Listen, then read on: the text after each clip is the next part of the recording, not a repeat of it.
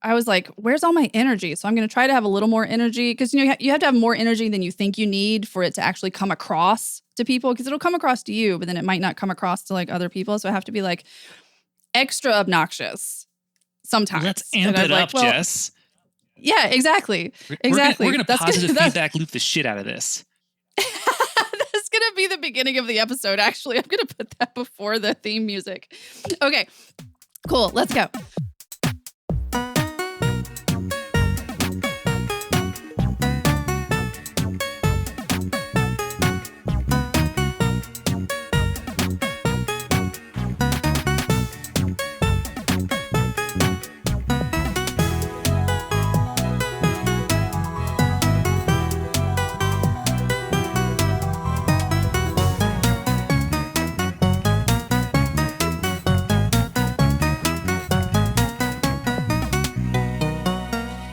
Friends old and new, welcome to Stupid Little Games, the podcast where we talk about all things gaming from the inside out. Each week, I sit down with a guest from various parts of the gaming industry, and we chat about our current gaming obsessions. My guest is dancing, by the way. It is wonderful.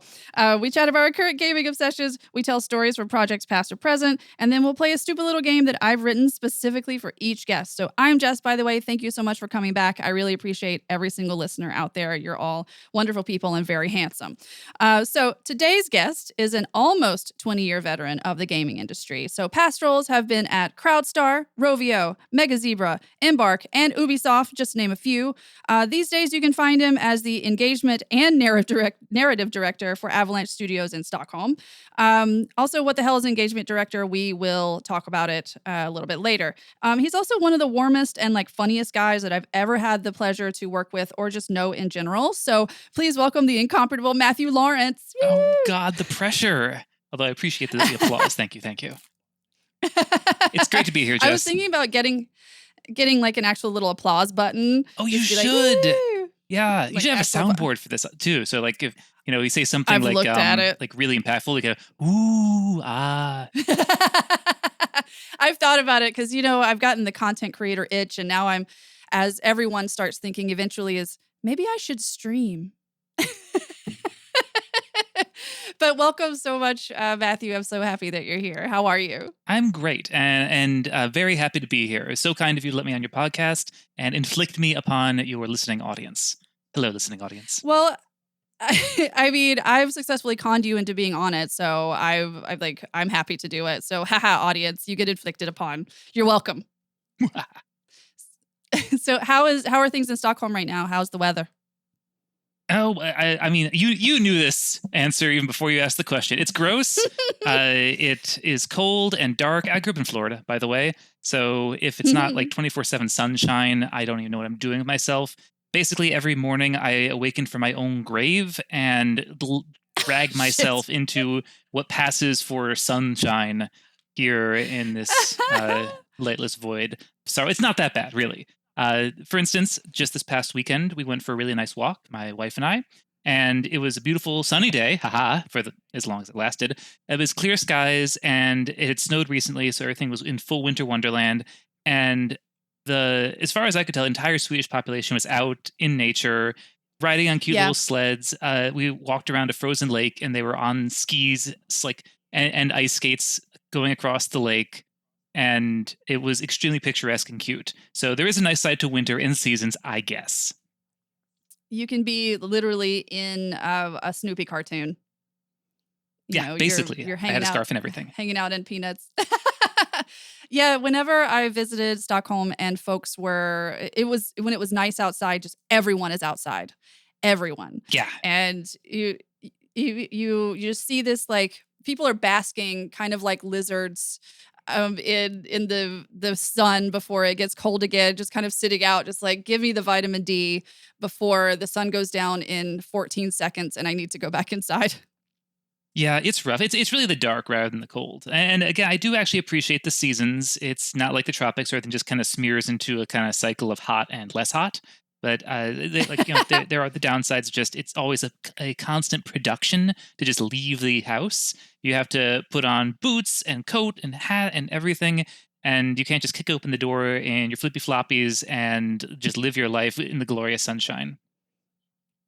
Oh, well, if you ever want to come visit me in New York again, then Yeah. you're welcome to. I mean, it's not warm here right now because it's January, but it is very sunny out. And so we do get full seasons here, which is very I am nice. So come heavily visit me. motivated I by love it. food.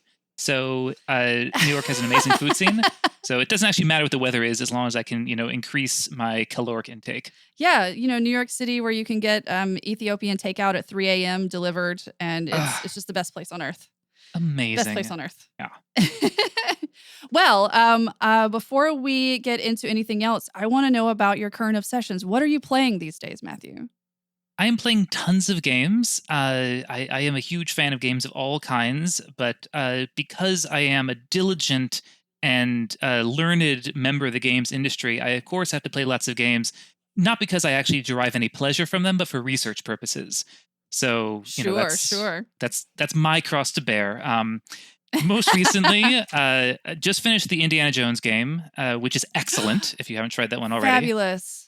Yeah, I haven't played it, but because I can't really do first person, it just like my eyes do not love first person games.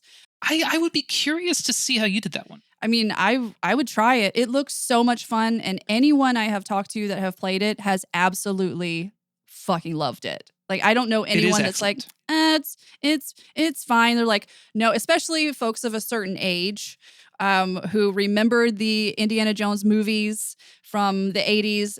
Like, we're all like, oh, it's like being in the movie. It's like playing the movie, and you get to do it for 30 hours, and it's wonderful. That's exactly there's the review. I completely agree with all of that. It really is like the missing movie of which we were robbed. And I'm curious to see if you do try it out because they try to put you into third person mode often just to show like, yes, you are playing as Indiana Jones. So when you like, for instance, like leap across a chasm, it'll kind of go to third person as he picks his way up. Like any moment in which there isn't like full control of the character, or even like you throw out a whip and then you jump and swing, it'll go to third person. So maybe it wouldn't make you sick. I don't know, but it's so good. You kind of like, I kind of want you to not be sick of getting while you're playing it, well, just so you can enjoy it. So there's Indiana I'll push Jones. through. I will try it though. I'll try. I'm also playing Tactical Breach Wizards, which is a delight. Hell yeah, Tactical Breach Wizards. I have heard of it. So I've not played it, but I have. Yes. So talk about Tactical Breach Wizards, please, because it looks like a hoot. It is phenomenal. It's a turn-based tactics game, which has had all the rough edges of user interface and user feedback shaved off. So it's incredibly smooth and responsive and just filled with so many nice quality of life features. It's made by a guy named Tom Francis, and I've loved all the games he's done since Gunpoint. Tom Francis is amazing because he's a game developer now, but he used to write as a reviewer for PC Gamer. And he went into games, and I think the general vibe he brought with him was, I spent all my career criticizing the games of others, so I better knock it out of the park with my games. And he did. And I think one of the things that doesn't get brought up enough with his games is the writing, which is excellent. And Tactical Breach Wizards has just a wonderful plot and just such great dialogue. So it's incredibly fun to play and to go through the story. Highly recommend. So I didn't know that it was made by one person. Is it him and a team or now, is it? But it is him and a team. Cool. This is a very small team. This is their biggest game yet.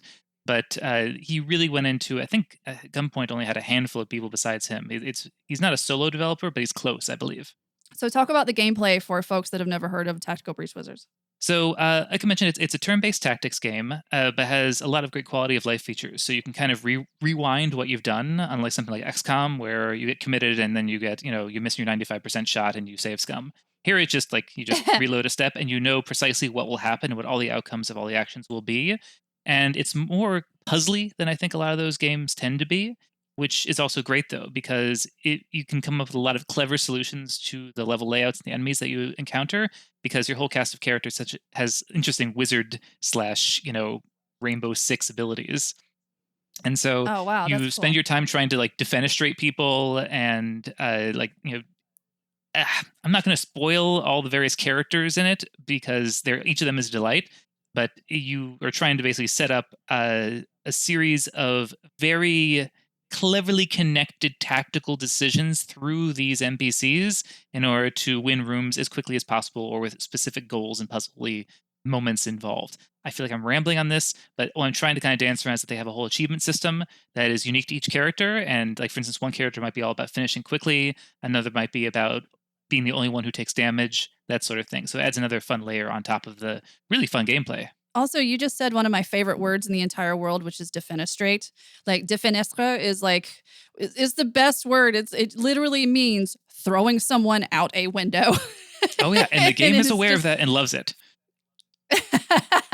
That's awesome. So ding, ding, ding, you said my favorite word. So I should give you a special prize for that. Yes. Cool. Like anything else? Oh man. Not that that's not enough. No, I am playing tons of games. I'm also playing Return to Moria, which is a dwarven survival base builder game, which is pretty great. I don't always love those games, except for some standouts like, say, Subnautica. But this one is scratching my Tolkien love itch spot, whatever that is. And cool. Yeah. I really appreciate the... So mining is kind of, I guess, played out in survival crafting games, but doing it as a dwarf is suddenly like it's all new again. Get to sing mining songs. I'm playing it solo, but I can see it'd be a ton of fun with friends too. So it's kind of like a Valheim V Rising mashup with Minecraft, and it's great. You're basically a dwarf trapped in the mines of Moria, trying to find their way back to the surface and going through the whole thing and like fighting orcs and building shit. It's great. Holy shit, that's awesome. It is awesome, and it was on Epic Games for free recently. So Oh, you hell may have yeah. it if you've been following those. So when do you sleep? If Uh, you because you're working it full time, and you're like playing this and this and this, and I completely respect that, because I also have just like a list of games that I kind of go back and forth on, and you get tired of this type of game, so it's like I'm just gonna go do this one for a little while. So I totally get it, but then it's like it's 4:00 in the morning, and now I need to get up at 8:30, and I'm fucked for the next day. I mean, I just I play a lot of games. The thing is, I haven't even scratched the surface of the games I'm playing. I'm also playing through Stalker 2, which is Jeez. also wonderful. I was Very just playing Nine different. Souls, which is a great Metroidvania with a really cool art style and surprisingly creepy plot. Yeah. I also am playing AFK Arena every day on mobile. For many years, I've been playing it for like over 5 years now. I told myself I was doing it because I need to stay abreast of the free-to-play design methodologies, and I thought Lilith Of Games was a course. great choice. But I think I should probably start admitting that I'm also kind of addicted to it at this stage. Yeah, I mean, if it's years at this point, it's not just research. If Yeah, it's years. That was a That's- really helpful game for me health-wise, though, because I started playing it and I said, okay, I need to do dailies and all this junk on it, so I'll just do it while I'm on the treadmill. And now every day I do the spin bike in the morning because I, again, mentioned I'm heavily motivated by food, and so I do that so I can avoid the self-loathing that I get from eating whatever I want during the day. And while I'm on the bike, 100%. I am playing AFK Arena. I love that it's these like nerd hacks. It's like I can only play this game if I'm on the treadmill, and then I need to be on the treadmill so that I can eat what I want. So you have this nice little chain of Yes. what is that called? What is that called narratively? I've made a virtuous cycle. You have completely gamified your life, and I feel like you have your shit together. And I'm like, teach me, please. Oh no, Jess, no. I'm a garbage human. See, you're just seeing me through the keyhole of like, video games and writing and like my actual talents. As soon as you step outside of that, I am just a travesty of humanity. So let's focus on Yeah, we'll focus on the good things. yeah. Yeah, we're all. It's 2025. It's the year of the gremlin. Like I'm just gonna be a gremlin, and I'm embracing it at this point. It's fine. Look, I'll give you a quick example so you know that I'm not just trying to be like, the standard self-deprecating happy person here. I was a couple of years back, I was making pizza. Not making pizza. I was reheating pizza because, like, let's be fair, who has time for that? Yeah, I was And- like making pizza. Whoa, slow down. And I'm not, of course, I'm not about to microwave it because, texture. So I was making it in the pan to crisp it up nicely. But I wanted more pizza than would fit in my pan. So I decided I would put the remaining slice I wanted in the toaster.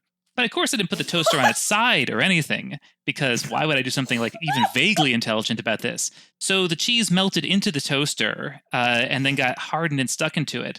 And so later, after I'd unplugged the toaster and the cheese was hardened and I was digging it out with a butter knife, I was reflecting that, like, I'm going to give a presentation to some Nexon CEOs in a couple of days, and they have no idea. And so that's the kind of like garbage human behavior that you're missing when you say things, oh, you've got it all together. No, Jess, no, I do not. I'm just glad you didn't burn your house down, but so have you ever heard of the word Sonder? Yes, yes. That's such a great word. Yeah, we're all living our own little lives. You don't realize it. So what we need a word that's like Sonder. So Sonder, for the folks out there, is the realization that everyone that you meet on the street is living their own full lives, where they are also the main character of their story, with their own like hopes and fears and suffering. And it's not just you, because we're also insular, and we think that we're the center of the universe, right? So Sonder is knowing that other people are also living their own little worlds. We need a word that is Sonder, except for being a hot mess. Yes. Like we know that the other people walking by, so that we don't compare ourselves to them and think that we are less than and feel bad about ourselves, because we know that everyone is an absolute failure of a human being. That is correct, Jess. That is correct. We are all broken in our own special ways. And I think social media, we know it's a curse, but I think one of the insidious aspects of it is that it causes us to curate our lives and to present a life that is free of all those blemishes and incredible acts of devastating stupidity that we engage in on a regular basis. And we need a word for that like lets us all unite under understanding that each of us is just broken and terrible in our own beautiful way. Squander. That's so good. Yeah, that works. Squander. Put it in the call Merriam-Webster right now. Yeah, Squander. 2025 word of the year is going to be squander. It's when you know everyone else that is walking by is also a fucking hot mess, and it's okay. Yes. Oh, that's the kicker too. You have to remember is that it's okay. It's okay. It's really okay. Oh, this is so great already. I love it. So we're doing the Lord's work out here at this podcast. So thing that I'm playing. So I talked about it a bit last week, but I'm playing Infinity Nikki. Excellent, great choice. How are you liking it? I love it so much, and you were talking about free to play, and have you played it at all, or have you watched it a bit? I've watched it and looked into it. I still, even though I'm in premium live service now, I still keep a close eye on free to play, because I think, and we can probably get into this later too, a lot of good design methodology and learnings come from free to play. You should play some Infinity Nikki, especially because I know the things that you are working on, and it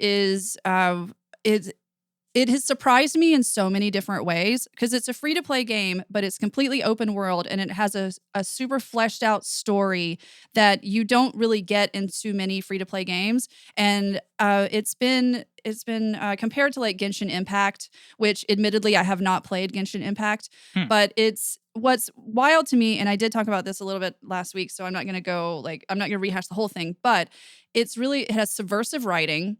There's some like anti-government and anti-authoritarian sort of, yeah, absolutely. There's class struggles. There's and it's all a game about a beautiful girl and her outfits, and it's so much fun. There's always something to do. There are things that I really dislike about it, because it does have really confusing currency system, and there are so many things that you can buy with other things, and only some of it you can buy with real money, but you can buy things with real money. Oh, you can, and I have spent more than $5 on this game. But I haven't spent the amount of money that I'm embarrassed about it yet, because I've gotten so much joy out of it and so much playability that I'm thinking about, if this was a $70 game, then I would be spending that in order just to play the game. So I spent nothing to play the game. Well, look, so Jess, I don't get down on myself about spending some money on it, because people are like, I'm not spending money on a free to play, but it's like, it's so much fun, and I don't mind giving them money. Get off your high horse, right? Like, just first of all, time spent doing something you love is never time wasted.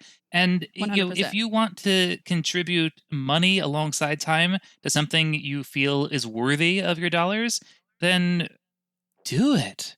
I feel like you hit the nail on the head with it. Like, this is not a $70 purchase. In fact, you'll probably get more game time and value out of your money with that than you will with a lot of $70 purchases. I think that's something most people miss, is that free to play is not a genre. It's like just another type of game. And there are good free to play games and bad ones, just like there are good premium games and bad ones. Yeah, and the good thing about it being free to play is that there's going to be new things coming out for it all the time because I've already finished the main storyline. Like there's I'm not want to get too much into the storyline because I don't want to spoil it for anybody because there really is like a really cool story going on that you have to discover and figure out. But there are these outfits and there are these miracle outfits that you have to they're like the pie in the sky things that you have to work for. So I've done everything except getting these miracle outfits. So that's what I'm kind of working for. And it's more grindy now because I've finished most of the story. But even though I finished the story and I'm grindy in order to do this last thing, it's still fun and it's still interesting to me. And there are still places that I haven't seen yet. I couldn't believe it that I was playing yesterday and I stumbled upon this area that is definitely for some future state level. And I just and you can still kind of explore it. And there are things there, but there's just not really a narrative thing to do there. And I was like, what the fuck is this? Like, this is a whole part of the map that I haven't seen yet. And I know that I've played this game 80 plus hours at this point because I've been playing it for about 2 weeks. Yeah, it's really cool. And I was like, holy shit, Infold. Good job, Infold. So check out Infinity Nikki. It's really cool. But also when I'm not playing the Infinity Nikki, I've been playing the Golden Idol games. Have you played those? Yeah. No, with the new one that came out. So hot tip, everyone has a Netflix account. There are so many good games on that, including both Golden Idol games. You are the third person that has talked about Netflix games on this podcast. You are the third person. That's wild. Maybe they all know it. Like maybe you don't need me here. Because I feel like Netflix does such a good job of hiding their game selection. Yeah, no, that's the thing. I'm just saying that because I'm really surprised by it because I've never really looked into Netflix games, but because I have Golden Idol on my Switch, so I didn't go through Netflix for it. But yeah, so good job, Netflix. Right? They're starting to become a player. 6 on there too. Oh wow, that's awesome. No, have you played? Great. Go ahead. I was gonna say, have you played any of the Golden Idol games yet? Yeah, that's what I was trying to say. Like, I started playing the first one since the sequel came out on the Netflix download, and I am very much enjoying it. It's just I'm also playing a lot of other games, and I don't know. It's kind of every time I think I got to figure out who that person's name is, part of my brain says, or hear me out. You could try and forge a new axe in Return to Moria so you can kill that troll that's been bothering you in the lower depths of the mines. It's like, you make a good point. It does require a level of focus which is why I'm playing other things too, like same as you, because you have to sit there and focus. And once you get out of it, if you're doing one of the cases, it's tough. Once you get out of it, you kind of forget what's happening. So you kind of have to finish a level before you can kind of stop playing it, or else you have to kind of do the whole level over. But that doesn't mean not to play it though, because it's fun and clever. It's clever. I love the art style. The art style is so pretty, and it's pretty is not the word for it. Interesting. It has an interesting art style. It's kind of quirky. Yes, it's really compelling and quirky. It's not really pretty, but it's not trying to be. But it does make me feel stupid sometimes. As every good adventure game should. Yeah, it's great. So those are the kind of two things that I'm doing right now because I just finished Veilguard just a little while ago. And how was that? I love the Dragon Age franchise. It was great. It was so much fun. The voice acting, stellar. Mwah, mwah, mwah, mwah. Wonderful for everyone who was doing the voice acting. The characters were compelling. It was gorgeous. It had I feel like the story was really round, if that makes sense. So there was a lot to do, but it wrapped up in the place that it should wrap up. It didn't go on too long. It didn't make you think that things are ending prematurely. I felt like it was an extremely well-rounded story. The writing in it was interesting because I don't think that it was bad at all. I think that it was very different if you came into this thinking that it was going to be like Inquisition. Because Inquisition was pretty serious, and a lot of it still had that like BioWare sort of like jaunty. It had some jokes and things, but I would say that Veilguard is really snarkily written. It has a lot of snark. Yeah, I do too, actually, especially because my main character, had her voiced by Erika Ishii. She was one of the like femme protagonist voices, and she's very snarky just as a person. And so having a very snarky person reading off these like pretty snarky, and I chose the snarky uh, answer when I could, just because I like snark in a game. So, but it seemed a lot more coming of age stories with your companions than like these are adults and then they have this world ending power to fight. It's more like, yeah, these are mostly adults, but they're also dealing with their own shit so that they can grow. Um, in really transparent ways. So I thought that it's kind of a different tone, I think, than Inquisition, but it was still very, very fun. I didn't have to, not that I didn't have to think about it, but it was like I could just play and it's a good time. I Awesome. didn't have to be like, am I emotionally prepared for what is happening here? You know, like because I was playing through Diablo, and Diablo is just, it is intense and it's hell, and there's more hell, and here's some demons, and here's this shit, and here's like this person who is looking for her husband. Turns out he's been flayed by a succubus, and you find him and he just wants to be flayed some more, and like As that's is what you're tradition. going, as is tradition, that's what you're going through with Diablo. Bad shit is happening in Dragon Age, but it's not that. It's like solvable problems mostly. No, that sounds great. And so I love RPGs. I've lived them all the way back from like the days of Baldur's Gate in the '90s, and I've been playing like also Baldur's Gate 3, amazing. Yeah, And absolutely. quick sidebar on Diablo 4, I really want to give props for its story because Yeah. Diablo 3 story was so bad, and Diablo 4 is a really like great gritty kind of like a Age of Conan Hyperborean sort of vibe to it that really knew its style and tone and stuck at the landing all the way throughout. And something else that I really loved about it is that they take the player seriously. So in Diablo 3, you basically Yeah, they are do. murdering everything in sight instantly. And all the villains, every last one is just like, ho ho, Nephilim, I'll get you. And they're all like, none of them are just looking at the mountain of bodies you've left behind or referencing any of that. And in Diablo 4, you actually spend the whole game chasing Lilith and like Yeah. she's doing her best to get away from you. And I really appreciate that. Like it kind of like makes you feel like the things you do in terms of your demon stomping abilities and gameplay are reflected in the narrative. And the narrative's just good on top of that. So I watched the intro to Diablo 4 no less than 20 times. oh, what a That it masterwork the that. Isn't that that so good? entire cinematic intro, and It's Lilith's just so coming down and her yeah. weird grotesque foot comes down, and then I was just like, "Oh, yes, I love this so much." It, It it was like I like love like Diablo. as bad as Diablo 3 was, Diablo 4 is good. Like it's like it just Yeah. The whoever inverse. yeah, inversed it. Yeah. Like whoever looked at it was in charge of Diablo 4's narrative and like worked together as just the creative endeavor for like the cinematics and its realization in the world. Everything felt like it had a very strong vision and was determined not to be that, the pulp idiocy of Diablo 3. And so, like applause, like you should hear applause button for Diablo 4 Yeah, it and should. their efforts there. Also, the audio of Diablo 4 is a masterwork because Oh yeah. especially their and I think I talked about this maybe on Jason's episode. There's a documentary on YouTube that you can watch about the making of Diablo, where they're just doing all the sounds, and all of like Mm. the head splitting is like watermelons. And it because I'm like a super like fledgling audio nerd. I'm not saying I know a lot about it. I just think it's very interesting, and I love all of like Foley work and like sound design. Mhm. And it was very interesting. So take a look at that on YouTube if you're a fledgling audio nerd like me. I will. Thank you. Um, I don't know if we're wrapping up the game section, but two more quick recommendations. Check Yeah, out yeah, Marvel absolutely. Rivals if you haven't already for Right. some incredibly slick UI, UX, and production values, and just some very competent Overwatch-esque team gameplay.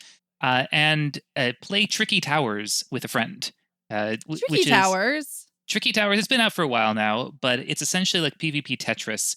And the Oh, real trick cute. of this one, haha, is that the lines don't disappear when you make rows. Instead, what you're trying to do is build a tower up to a goal point, or to keep building it without losing pieces off the side of it, because everything is kind of physics based. It's incredibly fun and a great riff on Tetris, and it makes you think about it in different ways, since you're no longer trying to clear as many lines, you're trying to build a stable enough tower to get tall enough. It has spells in it that you use to attack or defend.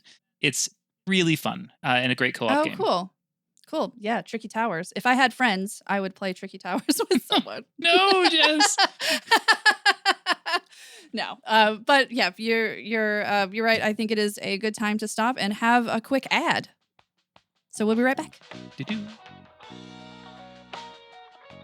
Today's sponsor is Phantoms, Ghosts, and Other Heartbreaks by Beth Morton, a debut novel that's a contemporary spin on Phantom of the Opera. Taking place in New York City, Phantoms, Ghosts, and Other Heartbreaks transforms Christine from an opera ingenue to an MBA student and takes Eric from an underground phantom to a mysterious benefactor living in a high-rise above the city. When these two are unexpectedly brought together during a blackout, the result will change both of their lives as a spark sets them on a new path.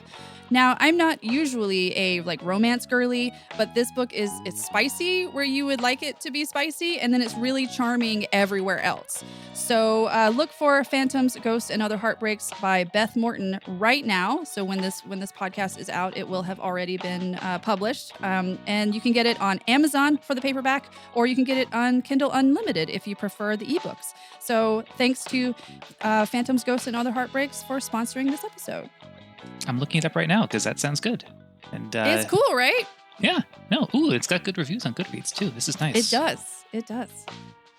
This episode is also brought to you by Brooklyn indie rock band Social Robot. Their sophomore album, called Outreach Program, brings tape deck 80s synthwave vibes as vocalist Baird Russell sweetly skewers the attention economy and data overload, or so says Nagamag magazine.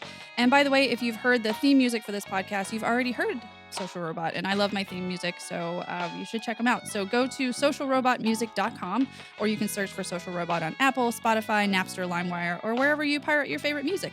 Now let's get back to the show. And we are back. Matthew. Yes. So there's so many things that I want to talk about, but I think the first thing I'd like to know is how did you actually get into gaming? Because you've been doing it a long time, and you've been with a bunch of different companies. So, yeah. So give me the skinny. Give me the skinny. So I've played video games my whole life. I know you're asking how to get into the gaming industry, as an actual career. I mean, probably. It usually starts there, people playing it. I mean, I played NES when I was 6 or something like that, and I was just like, this is really cool. Never thought I could actually be in gaming, and then here we go.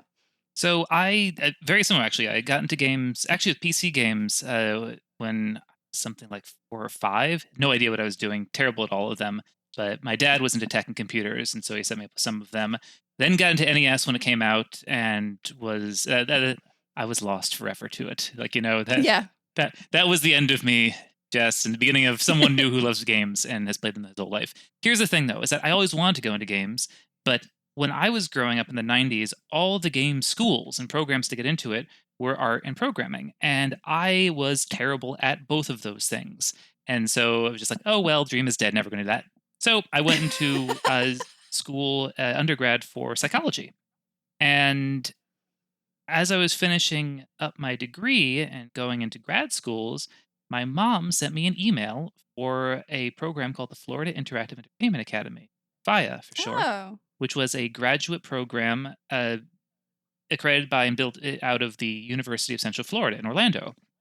And so I checked it out, and there's the art track. Oh, there's the program track. There's a production and design track.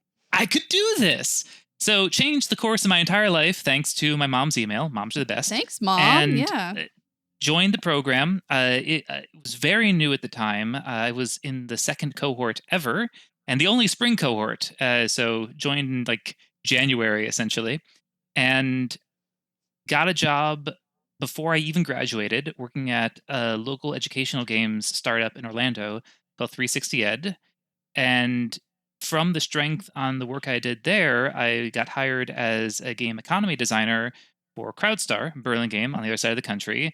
And this is where the whole thing really gets started. I don't know if you want me to run through all of the studios and places. Whatever you want. Whatever you want. Fair enough. Game economy design is great. I highly recommend all designers to have pick up some sort of +1 skill because it's so competitive and fierce. And for me, that was economy design. And from there, I went to a company called iWin, which worked on a game called Jewel Quest, as well as a Big Fish-esque web portal. But at the same time, I was also slowly being ground into a fine powder by the work-life imbalance of San Francisco. And I so, mean, yeah, yeah. yeah. Yeah, can you explain what like to because a lot of listeners out there are in the gaming industry, but a lot of folks are not. And I'm actually I have I have folks that are reaching out to me. It's very sweet. They're like, I'm not really interested in games, but it's a really cool podcast to listen to because I like your guests. So can you explain like what a game economy means Oh, in the just sure. overall Yeah. context? So, game economies are not scary at all. I know a lot of people might think like, oh god, numbers and math and spreadsheets, and yeah, they're there. But ultimately, if you ever played an RPG, like Dungeons and Dragons or something like that, you already kind of know what a game economy is. And a game economy is the math behind things like I hit an orc for 5 damage. He has 10 hit points. Takes 2 hits to kill him. He gives me 3 gold when he dies. That means that took me 5 seconds. That means I get 3 gold every 5 seconds. And it's all the numbers that make up everything you are as a character, everything you fight as an enemy, and everything you receive as a reward. And then getting deeper, it's everything you can invest those rewards into to become better at that first part, being a character. And game economy design is all about balancing, connecting, and predicting those numbers. So Oh, it's cool. it's like solving a puzzle with math. I really do enjoy it. I do nerd out about it, and I really hope I go back to my old grad school to FIA every year to teach, and I teach classes Oh, on game cool. economy design and free to play and just live games in general. And the reason I teach the game economy design one is because I want everyone to get a job. And I want to give designers especially another tool and another focus point they can have for their resumes.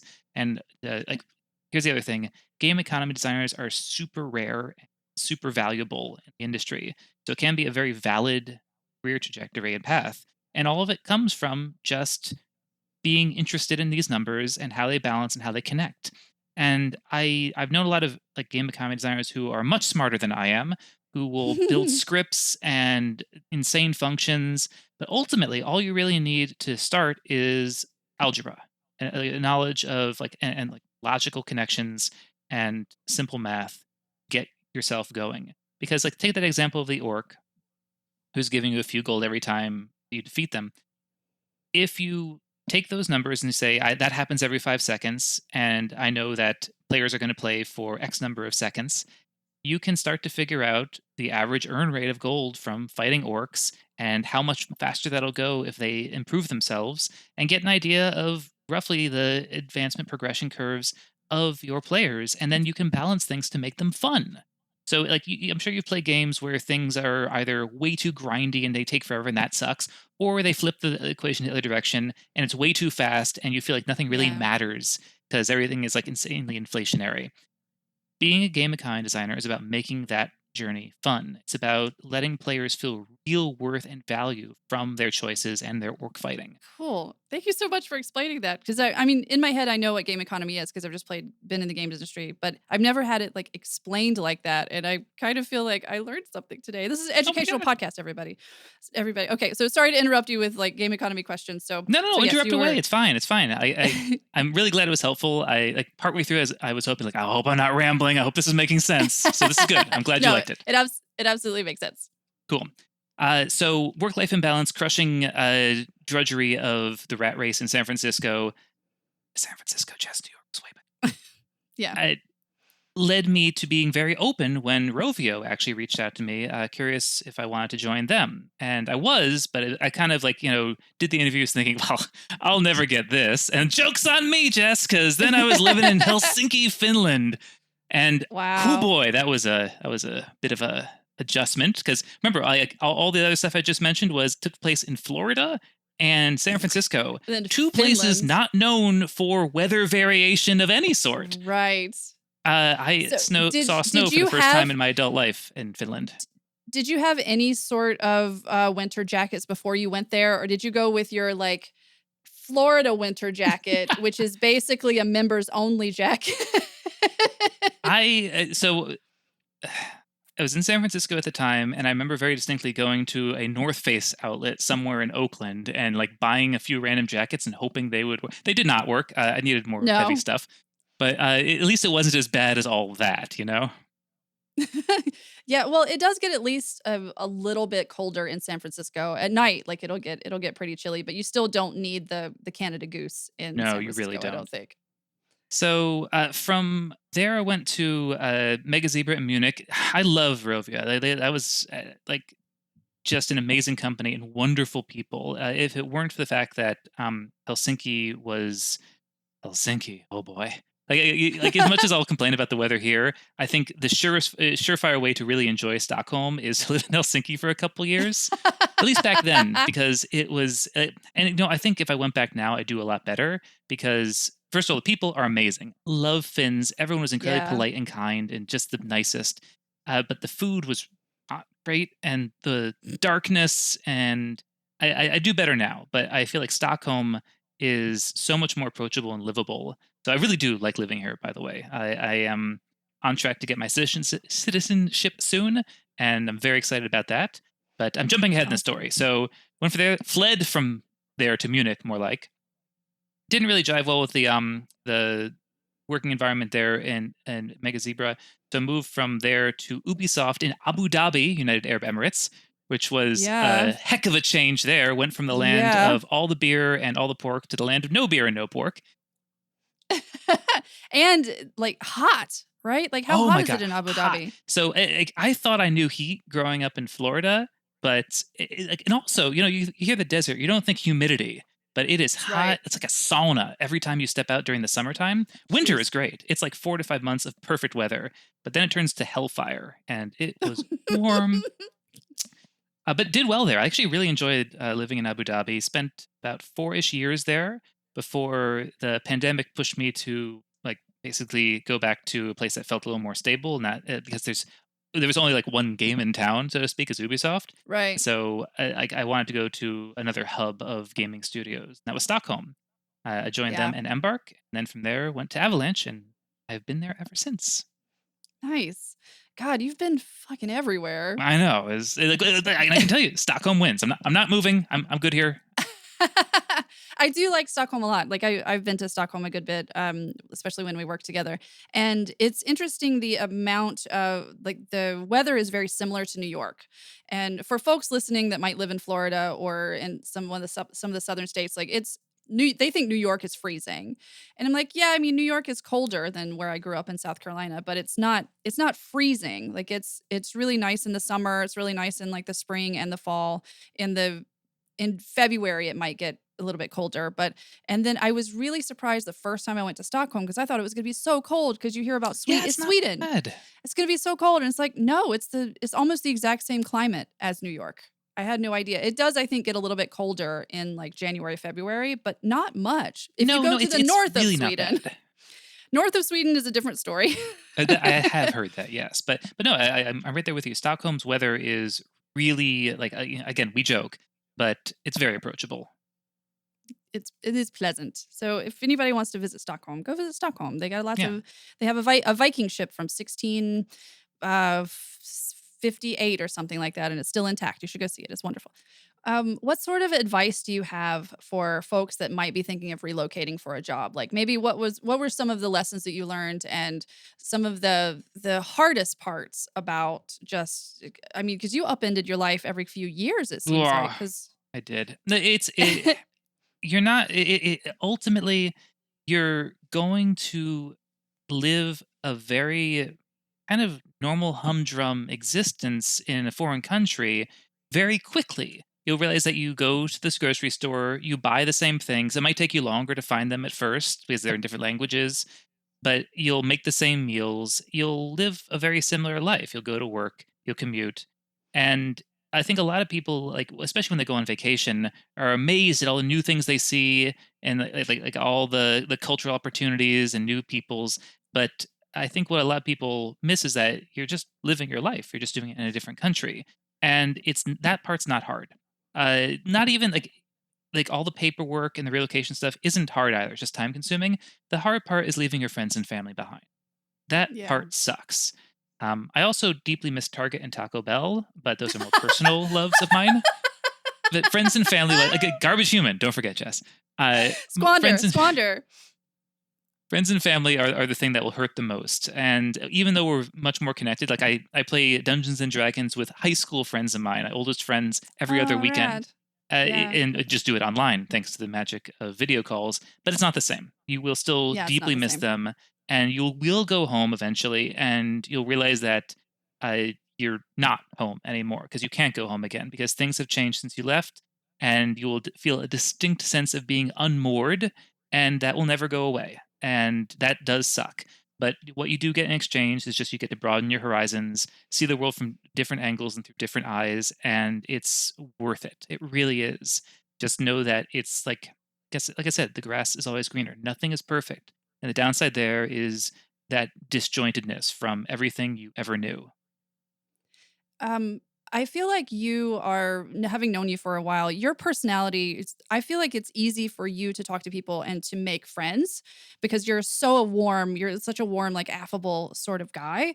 But even though you're a garbage human inside, like we know this, but it's fine. But on the outside, you're super warm and affable. I remember when I first met you, I feel like we hit it off very quickly of like, oh, I like this person and we're gonna be friends. That has to help you with your um, global hopping because I feel like you could probably make friends wherever you go just because you're like such a nice person. Aw, So, thanks, Jess. do you have any like advice for people that may want to do this but are maybe a bit more introverted, like heads down, sort of not as outgoing sort of people? I mean, the thing is that moving that much makes it hard to keep friends, and eventually you do get a little bit tired of making new friends constantly. So most of my friends now are online, and my coworkers, and I feel like you will make friends in new places through your job alone, especially if you're moving for your job. But that Yeah. if you're not into making friends in a new place, you are actually in good company. They're like Mm. you actually have to make a real effort, whether you're gregarious or extroverted or not, to make friends when you move. One tactic that I found very useful was to post in the subreddits for the cities that I had moved to, and basically, explain a bit of a bio and see if there's any like-minded people looking for friends there, and that actually worked out Oh, pretty well. cool. But all that takes effort. You will realize no matter where you go in life that the easiest time it was making friends was when you were growing up and you were all stuck together, suffering in middle school and high school and college. Yeah. And after that, it's hard no matter where you go or where you live. And if you live abroad, at least you have that kind of unified expat community of well, we're all kind of suffering together in a different way with just trying to adjust to a new environment. And if you are a real boss at living abroad, I'm not, by the way, then you will learn the language and you'll get into the local communities too. I'm still trying to learn Swedish. Also, that's another thing is that always try to make an effort to learn the local language. Yeah. The nice thing about somewhere like Sweden is that everyone speaks English. That actually makes it harder to learn the language. Yeah. Yeah, Yeah. I feel like I'm It, rambling at this it, point. The gist is well, that like there's no secret sauce, and I'm not making I think more or less friends than anyone else. yeah, I get that. I also think that especially if you're one of those folks that are out there and you're like, I will move for a job. Especially if you live in, I don't know, like Nebraska or even like South Carolina. If you want to work in the games industry, you might have to move to a place with a hub. Like I know Nashville is coming up in games, Cary, North Carolina is coming up in games. Obviously West Coast, Seattle, all that stuff is great. So travel, I say just travel as much as possible, like as much as like your pocketbook, because also moving and all this stuff has got to be fucking expensive, but hopefully these companies Oh are going to yeah, pay yeah. for you to move. Some pro financial advice for you listeners out there. If you want to have no money or savings, just move every 2 to 4 years, and works like a trick. It's great. So just a little tip out there. Yeah, get that relocation package in writing from your new company so that Oh they yeah, are paying for that's with all of this relocation stuff. paid for. It's just like setting Oh, up a life is always more than that. Oh, actually, actual hot tip. if you move abroad and you are offered a relocation fund, don't take it. Instead, ask them, like, no, just pay for my move and have that bill go to the company. Because when you move to a new country, Oh. unless there's somewhere like the United Arab Emirates where there is no personal income tax, also, holy crap, that was so nice, then what will happen is that they will count whatever money you were given as part of your move as something that is taxable. And Oh. most companies don't mention that part. And when tax season comes, you're suddenly paying thousands more than you realize you would have to because of that fact. So it's again, maybe some of you out there are getting gigantic relocation bonuses, but usually what they'll do Eh. is they'll just say, like, we're going to give you a flat like $10,000 to don't take it. Just say, like, please just pay for it. Like, here's the moving company I want to use. Please pay. And that way, like, you won't get dinged for it because they would just rather put the money in your bank account. See, we are an educational podcast here. I I always know. joke about it being an educational podcast, but I think we actually kind of are because I Yeah. mean, this is good. This is good stuff, Matthew. Um, Thanks, Jess. so, right now you are an engagement director. You're also doing narrative director work. I believe narrative director is a little more straightforward, but can you tell us what the hell is an engagement director? What exactly do you do here? So yeah, what do you do here? It tells you What nothing, right? exactly? Engagement Yeah, director. engagement So director. I Other am, than getting engaged, duh. yeah, which I did last year. Actually, I got I know engaged you and did. married. For those of you who Woo! are listening, i.e., all of you, I'm holding up my wedding ring and pointing for Jess on. Congratulations. Congratulations. Thank you, Jess. Um, but my work continues despite that success as an engagement director. Uh, what I am is a jumped up designer. You mentioned the economy design. Engagement director is focused on retention, about bringing players back and keeping them around, and keeping them engaged, like, happy, day after day, week after week, month after month, year after year. So it's very much a live gaming focused role. It has a lot of connections to free to play as well for much the same reason, because retention is everything.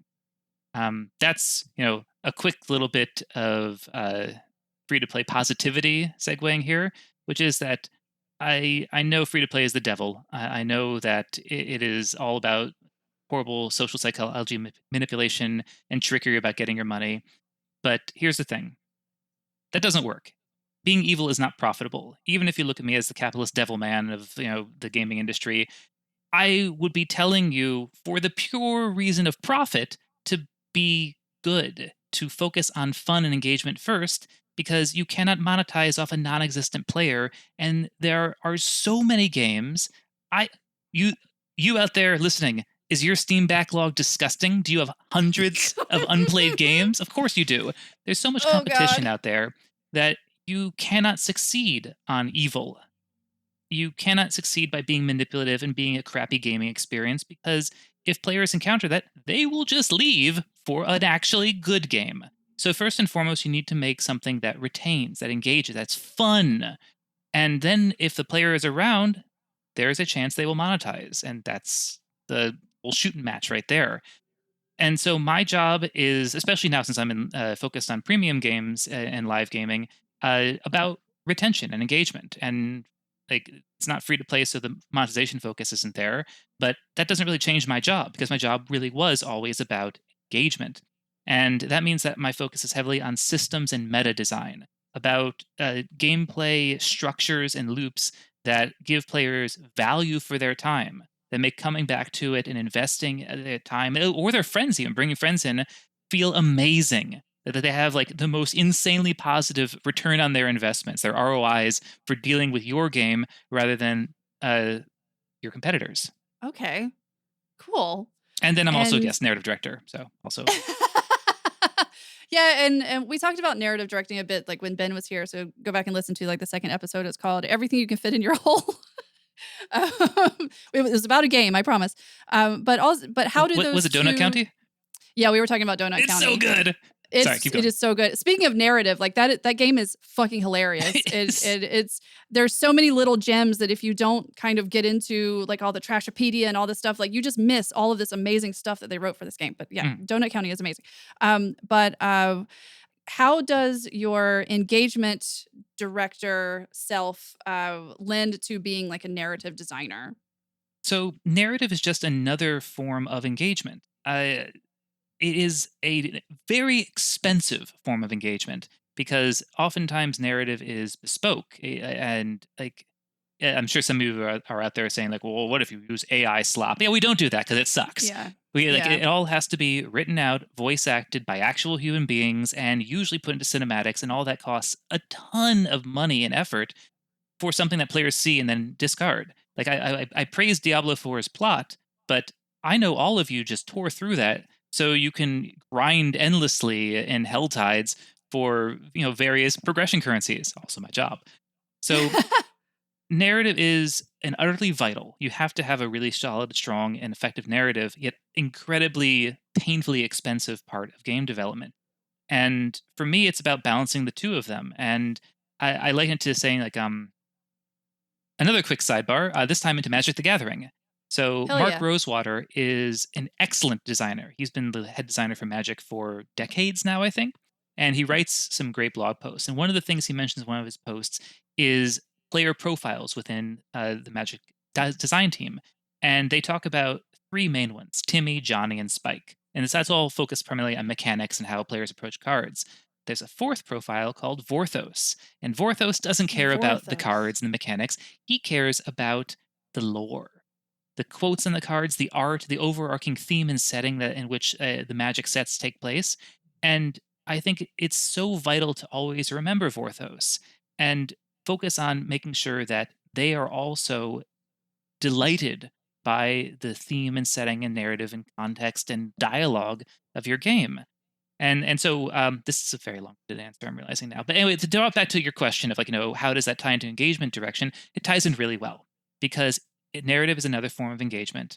And thinking about it in a live mindset in a game that's meant to be fun for years means that you need to build a narrative that will be fun across those years and can be updated in a compelling, interesting way in that time period.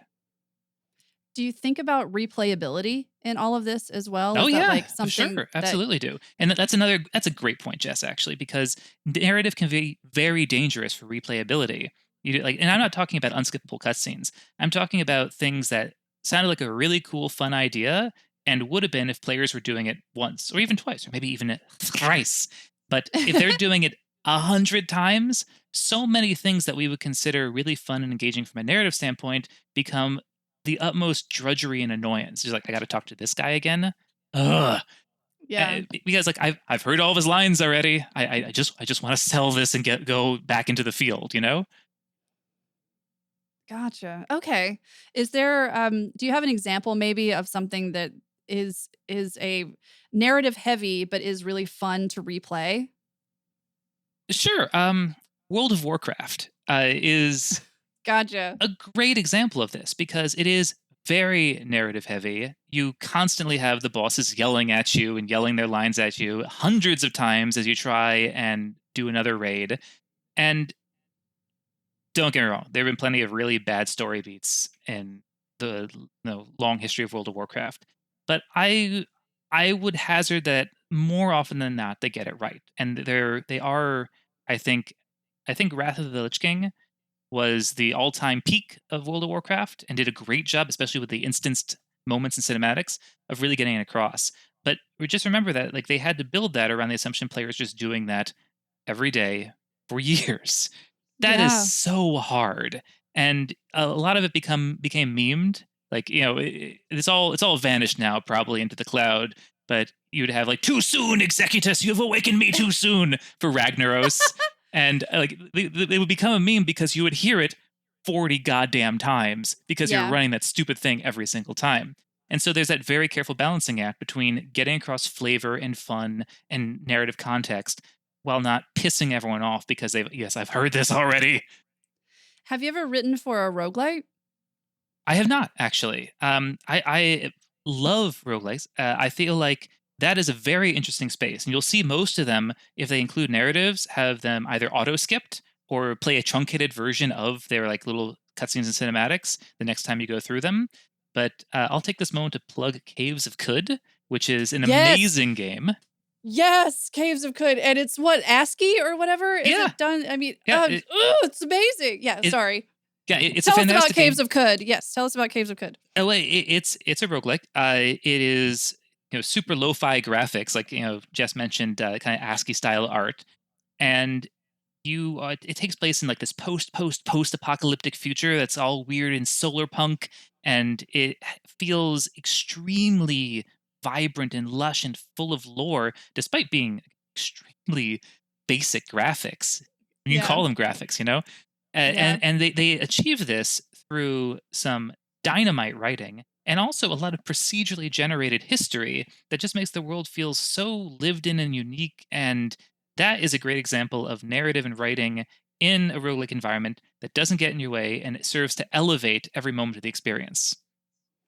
Whenever I think about like narrative and roguelites, I automatically come back to Hades, just Ah, because there were just I think it was what, like 3,000 pages of dialogue for Hades, or something like that. Like their script was just yeah, and those are things that you have to hear hundreds of times at this point, and I would say I went through it hundreds of times before I even like got to the end. And you do kind of hear the same things over and over again, but I never got tired of it ever.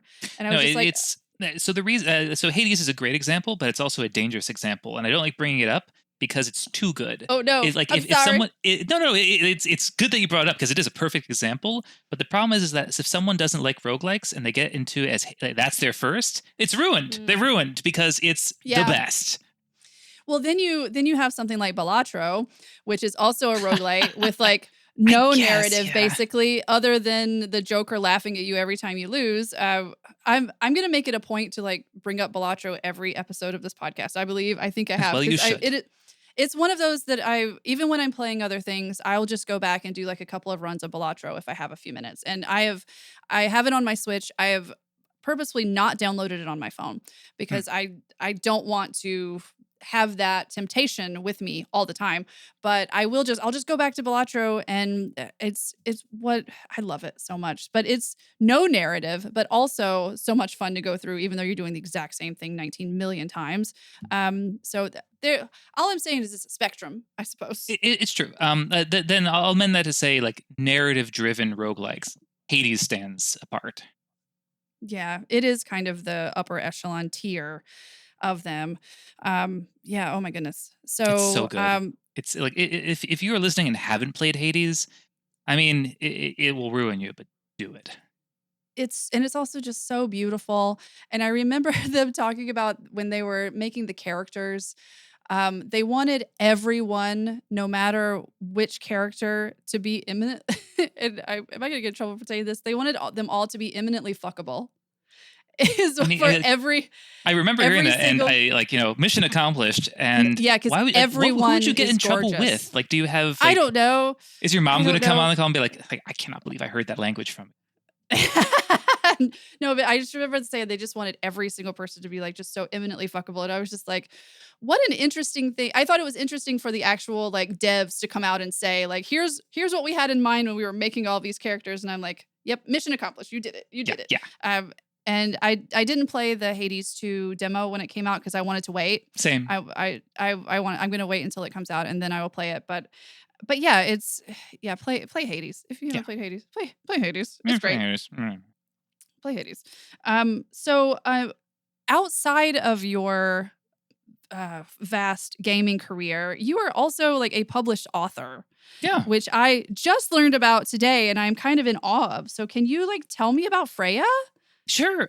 So this is a series of young adult urban fantasies, meaning contemporary setting, fantastical elements about the goddess Freya in the modern world. I'm going with the gods need prayer badly kind of belief system. So in the modern world, most gods are well, as you see in the modern world, forgotten and not prayed towards. So they're all weak, including Freya herself.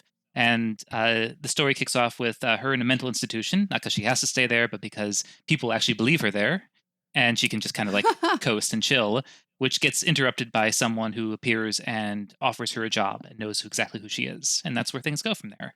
So it did well enough to get a sequel, which is also out called Slay.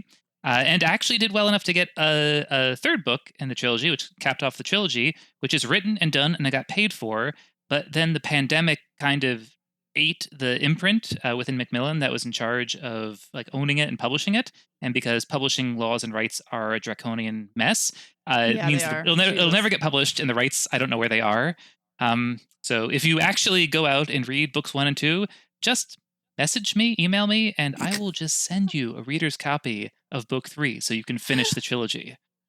That is so nice. You're gonna have so many. I mean, I hope actually that you have people that read the first 2 books and then actually reach out to you and be like, I really want to know what happens on the third one. Like, please Yeah, send me the third one. that does happen to me occasionally online too, and I will just say like, well, you know what, you're a beta reader now. You've been Here's an you've been knighted. ARC. Yeah. That's awesome. So what gave you the like not the motivation, because I know that most authors that I know, like they have these stories and they want to write the stories, and but what inspired you about like Norse mythology? Because it's the coolest. Come on, Norse mythology rocks. It I is have pretty Freya cool. constantly taking digs at Greek mythology and Greek gods because they're all just horrible people. I like Norse mythology always to me felt more human. I think it's the idea of Ragnarok, and they all knew they were kind of fated to die. And it, like all the myths just felt so strange, like strange yet also approachable and real for that reason. All the gods felt like more mortal, because I guess they kind of were almost, than all the other Greek Yeah. gods. And like I don't know, it always felt like a very cool setting. Yeah. Wow, that's really cool. Are there cats in it? There has to be cats in it, right? It's called Freya. Yeah, because Freya loves cats and she talks about cats Yeah. all the time. She also That's loves awesome. pigs, if you did not know that about Freya, the goddess. I didn't know that about pigs. Yeah, pigs are sacred to her. Very cool. Where can we find the books?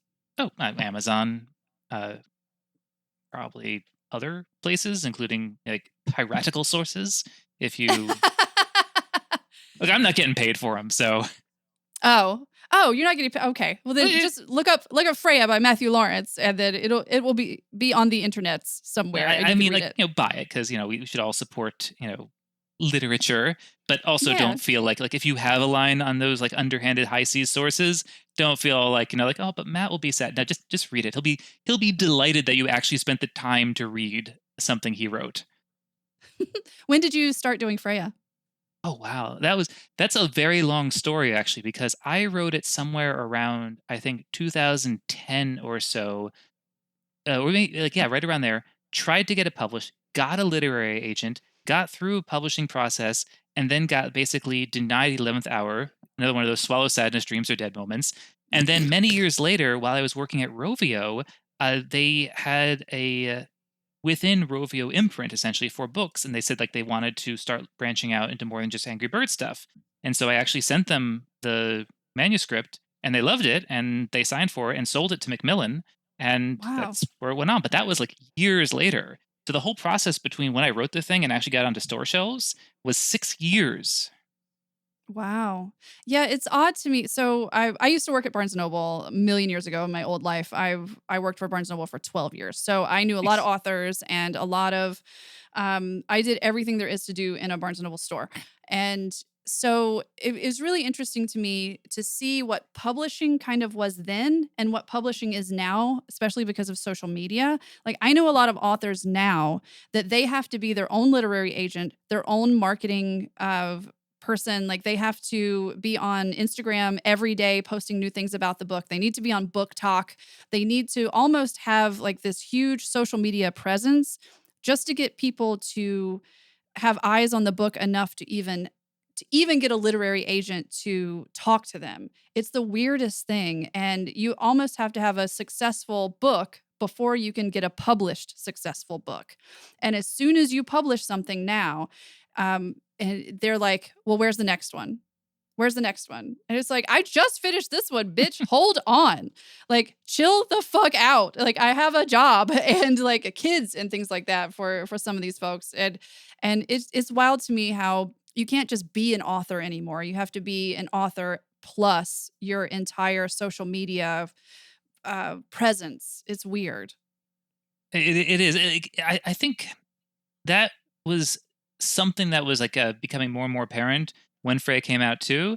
But that just never happened for me in that regard. Where I like wanted to pour the effort into having a social media presence. So I kind of saw that, and especially saw that for like self-publishing as a Yeah. must, and just like ugh. So no, Yeah. I wouldn't be able to do it. Like no, just doing the promo and stuff for this podcast is like hard enough, just trying to get people to get eyes on it and get like more listeners. So I couldn't and for this podcast, like I put time and energy into it, and I have amazing guests on who are giving me their time and energy as well. And so I want it to be like as interesting and as promoed and give it the best chance possible. But I'm probably for each episode putting in 10 to 12 hours all told. oof. I couldn't imagine if I had written, because writing a book is months or years of your life. Oh yeah, time And consuming. yeah, and then putting it out there and then somebody being like, where's the next one? I was like, it it's in there somewhere, but it's gonna be like 3 years before I'm able to write it because there's life is happening. Yeah, and then to like, and then on top of that to say like, also please do all the promotions for it too. Yes. That's Yeah, it's exhausting. wild. It is exhausting, So, and so all of you listening out there, be grateful to Jess. She's doing so much work.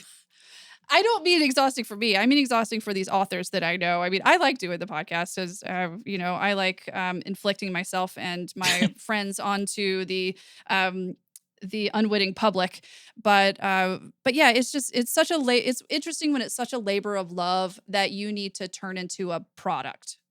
It's an interesting sort of thing, and it kind of goes back to gaming too, especially when there's lots of like indie game developers, and we talk a lot here about our wonderful like bedroom devs who they have this idea, and so they're doing other things, they have jobs, but then they go home and they make this game, and then you have to make it and put it on Steam, and then you have people on Steam that like thumbs down it or something because they didn't like the color of the menu or something like that. Like I've never made a game, so I can't imagine what that kind of feels like.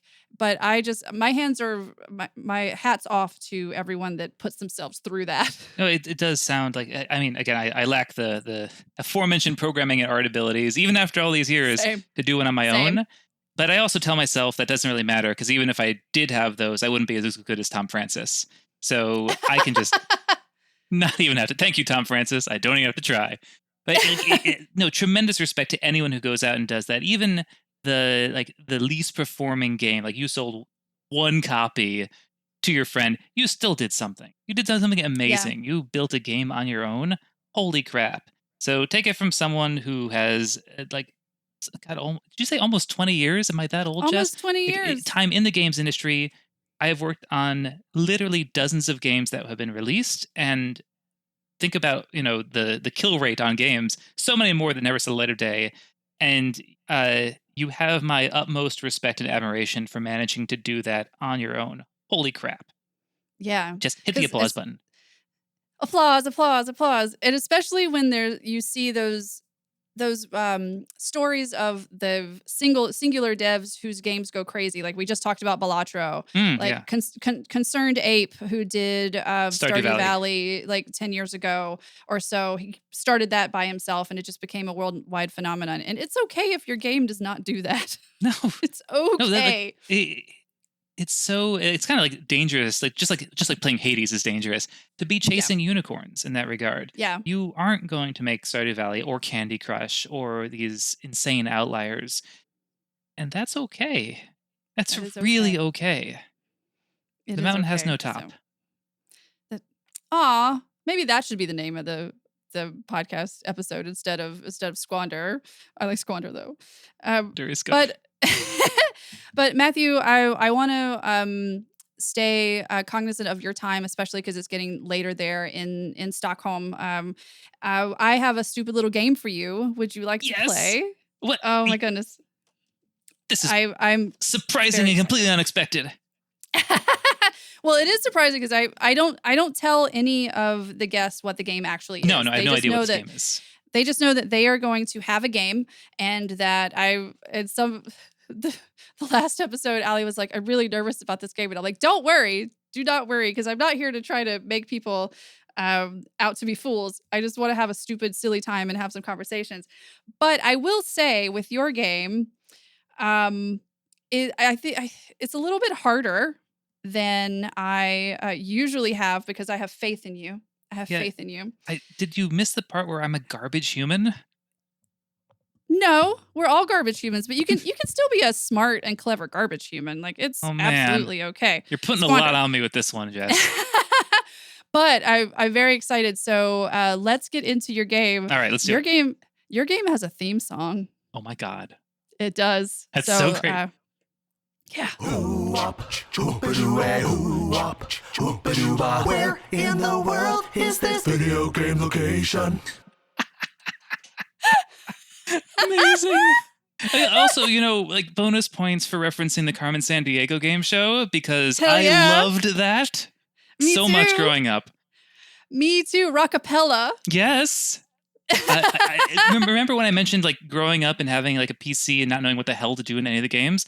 One of those was Where in Time is Carmen Sandiego. I loved that game. I played the shit out of that game. I played the shit out of it too, and I was terrible at it. So bad.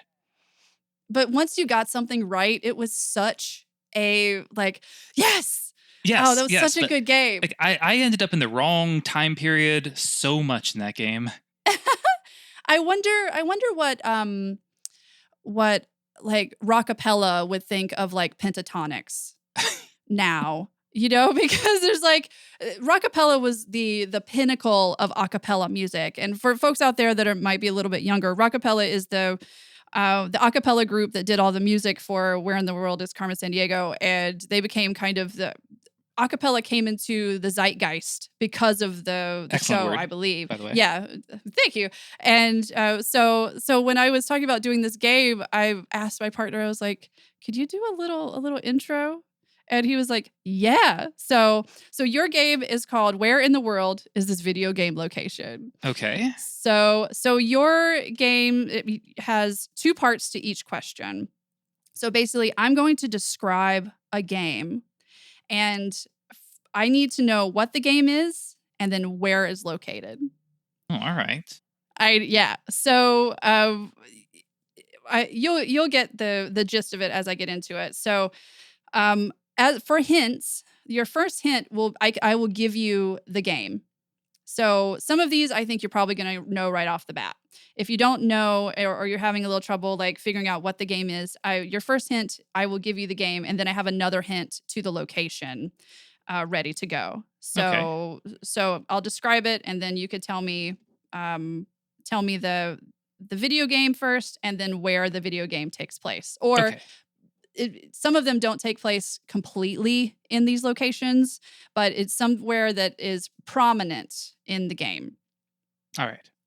I'm on board. I'm ready, Jess. Hit me. Cool. I'm terrified. I'm so excited. So the very first one, in the fourth installment of this worldwide best-selling franchise, you momentarily trade your hidden blade for a ship's helm as you sail the seas looking for pirates' treasure and to defend the honor of your ancient brotherhood. And that would be Assassin's Creed for Black Flag. Hell yeah. See? I told you. And that's set in the Caribbean. It is. Like Tortuga and Port Royal. It's a great game.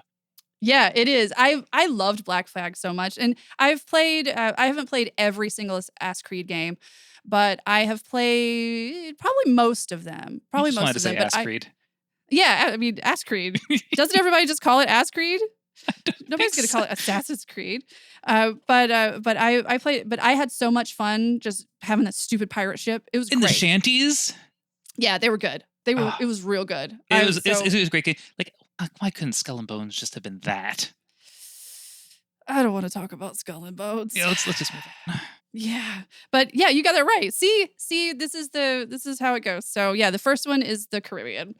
Okay. The second one is this highly anticipated upcoming game is rumored to have the largest map of any video game to date, encompassing almost an entire US state. What is the game and what state? I thought we already had one that encompassed an entire US state. It was like Fuel or something. It was like one of those driving games. This one is fully fleshed out open world, and it's going to be most of an entire US state. I don't know. That one feels too general for me to pin down. Wasn't there one coming out that was supposed to be like an entire world? Think more one of the most anticipated games ever. Oh, okay. Grand Theft Auto. Yes, GTA 6. All right, that did do it for me. Thank you. Yeah. And do you know what state that it is Florida. supposed to be? Yeah. Yeah. So, do you I mean, think I'm that hyped. I love Vice City, and I did the too. trailer looked amazing. And more to the point, it's going to be amazing because like you don't make a GTA and make it a bad game. Yeah, you don't. You absolutely don't. And I was watching someone play Vice City the other day, So good. and they had to do it on stream. Like I haven't played Vice City, and she's like right after it came out, and Same. they had to do it on stream because they had done YouTube videos for it. But you can't.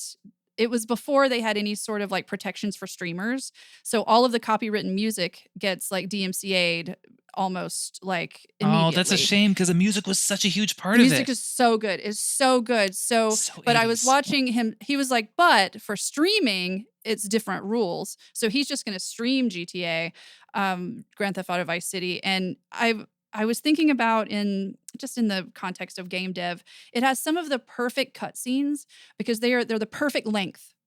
So they don't drone on. You go into this cutscene. Someone is usually yelling about some dude that he needs you to go kill or shake down or steal this thing back. It's like 30, 40 to 45 seconds of insanely good voice acting. And well delivered too, because yes. So you mentioned good voice acting, but I think something a lot of voice actors miss, and coaches for them in games, is stop wasting our time. Like in Vice City, everyone has a motor mouth, and they are just going. Yep. Going. Yeah. Going. And it's perfect. And each cutscene has just the most amazing music behind it.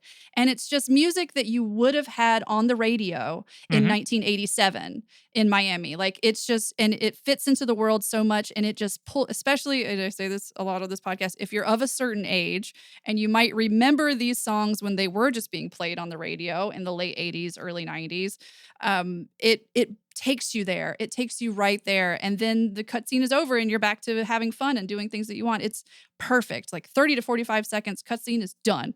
And you're back to doing your shit. It's great. Great game. No, I remember it so fondly. Yeah. I can't wait till GTA 6 comes out. It's gonna be. I mean, we're all going to be playing it. Yeah. Everyone listening to this podcast is also going to be playing it, even the people that don't know anything about games.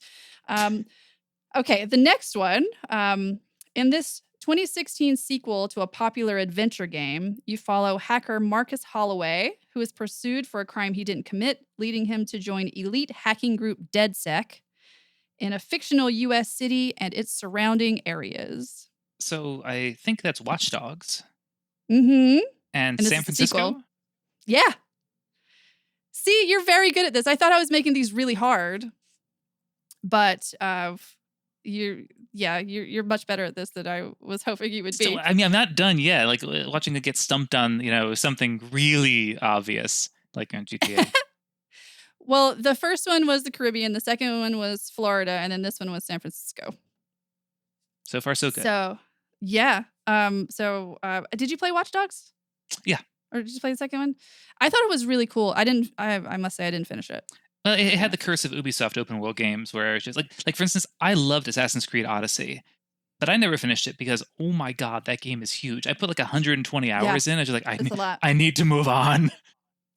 One of the things that my partner really liked was the educational side of so cool. It was really cool. And you use all the same settings and you just learn about the actual history with all the stuff. It's great. No, so if brilliant. Honestly, all those games, Origins, Odyssey, just so damn good. Yeah, and just so pretty. And there's something great about that whole leap of faith where you're just jumping off of the highest thing into a hay bale. And I'm like, I want to do that, but I would kill myself 14 times. What? No, Jess, no. Okay, so the next one is, you're doing great so far. New installments of this game are released as reserves, including the Revantali Coast, released in 2023. Are you doing Hunter Call of the Wild? Yes. Thank God I got that. Thank God. Like, can you imagine? I was honestly hoping I was hoping that I would stump you with that one, but I was like, there's no way he would get anything if I didn't actually say the word reserves. And where's the Riventili coast?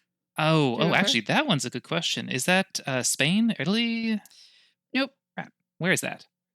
It is so you got my first hint was like Hunter Call of the Wild, which you know, and hint number 2 is you lived here.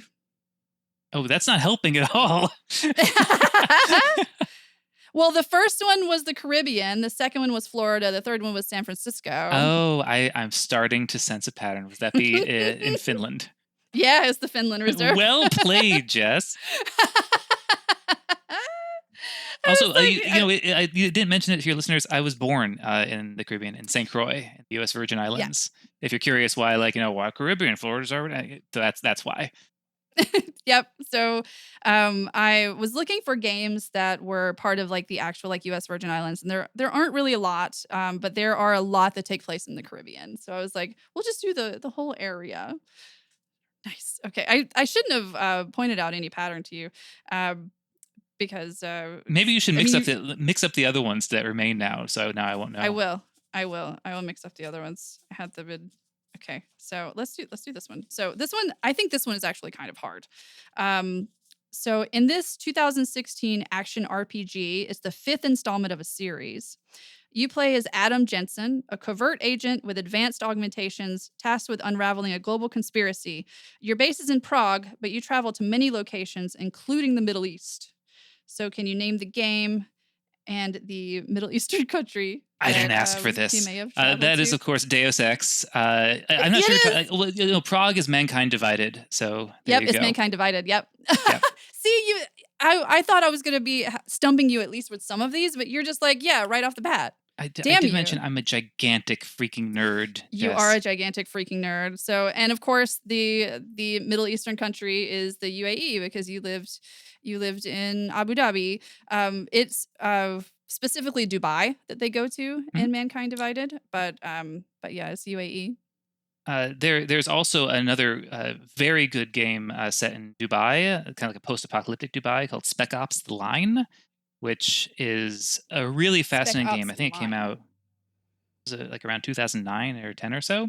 And it looks very much like your bog standard, especially for the time, military shooter. And it quickly turns into this deconstruction of the military shooters, your role as a hero, and a kind of Heart of Darkness style journey into madness. It is extremely well done. Check it out. Check out a Let's Play of it too. Cool. What is it called again? Spec Ops: The Line. The Line. Rad. Cool. But yeah, you're batting 1,000 so far. I hate it. I was hoping to get at least one. Okay. So this single player FPS is set in an alternate 1960 where mysterious technology has shifted the outcome of World War II. It may be an alternate timeline, but it's a very real country that this game is set in. Is this Wolfenstein: The New Order?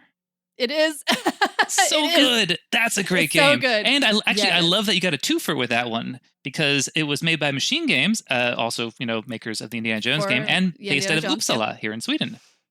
Oh, cool. I didn't know they were in Uppsala. Yeah. And oh man, it's so good. Like it's so much better. Like it's already like, first of all, it's great. But then if you think about their source material being Wolfenstein 3D, it's so much better than it has any right to be. The characters are so bonkers, interesting, and good. Oh. Even if you don't have time to play Wolfenstein, just watching Let's Plays of it's so fun. And what's really interesting to me is when I was trying to write the little blurb for this, I was of course going to like the Wikipedia page and some of the just like synopsis of the essence of the game. Nowhere did I see the word Nazis. They said alternate timeline, they said mysterious technology, and they called it an oppressive regime. Really? Yes. And I was like, it's not an oppressive regime, it's fucking Nazis. Yeah. Like, can you not say that like the Nazis in this alternate timeline, the Nazis won World War II and they're making super soldiers? Nowhere did I see the word Nazis. And that game is all like, it is not subtle about there being Nazis. Not subtle. It is not subtle. Like the game is not subtle. Wikipedia was. That's very so weird. Also, I just want to point out how good is Machine Games at making games that beating the shit out of fascists, because Indiana Jones is also fighting Nazis. the whole thing. It's the whole thing. Like, I wonder if they have it in their charter or something. Like, we need to have Nazis in every game, and they need to get the absolute shit stomped out of them. I mean, if so, I hope so. Good for That's them. amazing. And well Good for done to them. you, Machine Games, for your Nazi stomping ways. Consistent. They are consistent. It was just really weird, though. And of course, Wolfenstein takes place in Germany, where you Yes. also lived. But it was, I even tried to look for it, and nothing official from like Wikipedia or any of the, well, Google is now like kind of useless, where it's all like AI stuff, AI overview at the top. It's wild. Like anytime you look something up, but nothing said Nazis. It was all oppressive regime or like the unlikely victors of World War II. And I was just like, it's fucking Nazis. Just fucking say it. Did they say that like the protagonist is forced to unalive members of the oppressive regime? Oh, okay. You said the word unalive. Wild. So I went to Seattle semi-recently to visit, and we went to, I don't remember the name of the museum, but it's basically a museum started by a guy who, he was like a billionaire, and he started collecting things, and he wanted to make a pop culture museum. And so they have stuff from like Beatles, Kurt Cobain. It started out with music and then it went into movies. So he has stuff from Star Wars and Indiana Jones, and it's all just in different parts of this museum. It's a fantastic museum. It's like the Pop Culture Museum in downtown Seattle. Please go see it if you ever go to Seattle. So they had this, so Kurt Cobain's sweater that he was wearing in the famous MTV Unplugged. So he's wearing a sweater there. They had that sweater, and it was on a mannequin. And the little placard in front of it, it said Kurt Cobain unalived himself in 1994. So someone wrote this, printed it out on metal, and put it in front of this thing. It said unalived. I hope the museum doesn't get demonetized. So they have now changed it. They have, I think, enough people. I remember I even took a picture of it and put it on social media, and I was like, trigger warning, like for something that you're trying to tell the history of a person, he did not unalive himself. He committed suicide. It was terrible. It was in 1994. It was an awful thing. I don't know, saying unalive and trying to like social media sanitize this thing is just ridiculous to me, but they have now changed it to he committed suicide, and so it's no longer there, but I still have photos of it. I could not believe it. I feel like I don't know if the timelines line up, but it feels like something that they ran through ChatGPT for right correction, and ChatGPT is like, well, you can't say like suicide. AI slop for the Pop Culture Museum, but it's still a very cool museum. And when I was there, they had all the miniatures from Leica, all of like the Leica movies. Cool. I love their work. Yeah, so they had this whole retrospective on Leica, and so it's very cool. But yeah, it said unalived, and I could not believe it. And so, but they have changed it, thankfully. Okay, there's only a couple more. You're doing a great job so far. So this one, it was really hard for me to find a better way to describe it. So I'm just going to say a couple of things about it. It's a simulator where you drive a truck through Europe. Is this European truck simulator? Yeah, it is. Euro truck simulator. It's like 2024. Yeah, and there's a DLC specifically for the Nordics. So it also takes place in Sweden. Like, well done, Jess. Thanks. You can tell that it was also getting kind of late, and I was just like, it's after midnight. What's a game set in Europe? Jackpot. So I was trying to find things that, it kept coming up like Gen Zero, and I was like, well, I already have like an Avalanche game in there, so let me not do like Gen Zero. But yeah, so there is you can actually drive through Stockholm. There is, have you ever watched anyone play Euro Truck Simulator? I've never played it myself. I know I have not. Well, actually, no, that's not true. I did watch a brief gameplay clip of it, and the word brief relates to how long I spent watching it, not how long the Yeah, 'cause it's gameplay like clip 6 was, hours. because it was a very long gameplay clip. So there are a few different online folks that I like to watch playing games that will have specials and like marathons playing the truck simulators. And they will dress up as truck drivers and Oh have my like their god, that's CB so good. radios and talk with other people. And I that love is it. fun to watch. That I is fun love to it. watch. And especially I'll do a shout out to like the Drawfee folks because each year they will do a marathon of truck simulator for Trans Lifeline. And so they're just raising a lot of money for Trans Lifeline, where they'll literally play Truck Simulator between the four of them. They'll go back and forth for like 12 plus hours. See, And that's like it's our world we live in is so bizarre and contradictory because on one hand you have human suffering on this absurd industrial scale and starvation and propaganda totalitarianism and like blah. And on the other, you have awesome people dressing up like truck drivers to play Euro Truck Simulator for charity. Like how, yeah. with the highs and the lows, the beauty and terror of humanity, right there, right? Maybe that should be the title of the episode: "The Beauty and Terror of So, Humanity." we got so many bangers in this talk. Yeah, but that's actually the end of everyone that you have lived. Hmm. So I have one last one that is a bonus question, and Ooh. you're hitting them out of the park so far. Good job.